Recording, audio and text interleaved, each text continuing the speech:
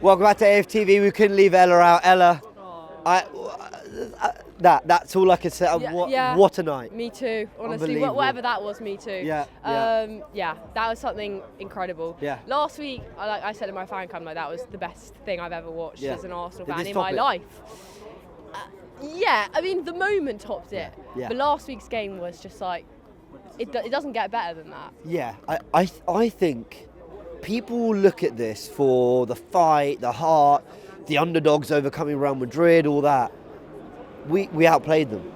No, it was a dismantling. Yeah, I love that. It was, we absolutely destroyed them. Like 5-1 on aggregate. Like, are you joking? Yeah, I know. That's mental. Like, if you would have told me that like a couple seasons ago as an Arsenal fan, I would have said you're having me on, because we've just shown tonight. I mean, I know that this is a Real Madrid team this season that perhaps hasn't been performing to their standards. Yeah.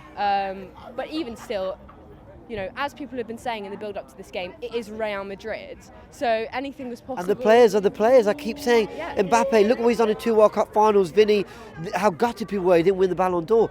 We're going up elite. Some of the greatest, Ancelotti, some of the greatest to ever do it. Yeah, I mean... 5-1!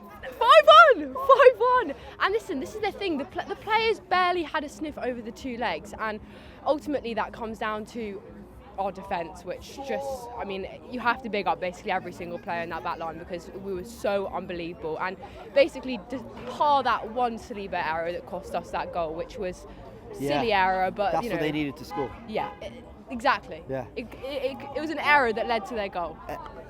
I hate this question, but I have to do it. It'd be a terrible interview if I didn't ask you. Can we win this thing? Can we, we've got a little replica back at the studio, which gets used at DR Sports for every other club that's actually won it. Can we win it? Can we do it? We can. We absolutely can.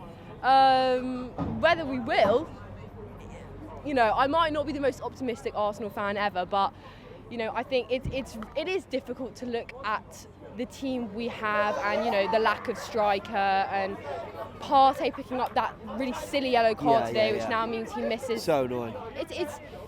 Is the team we have good enough to win the Champions League? Probably not, but that doesn't mean it can't happen.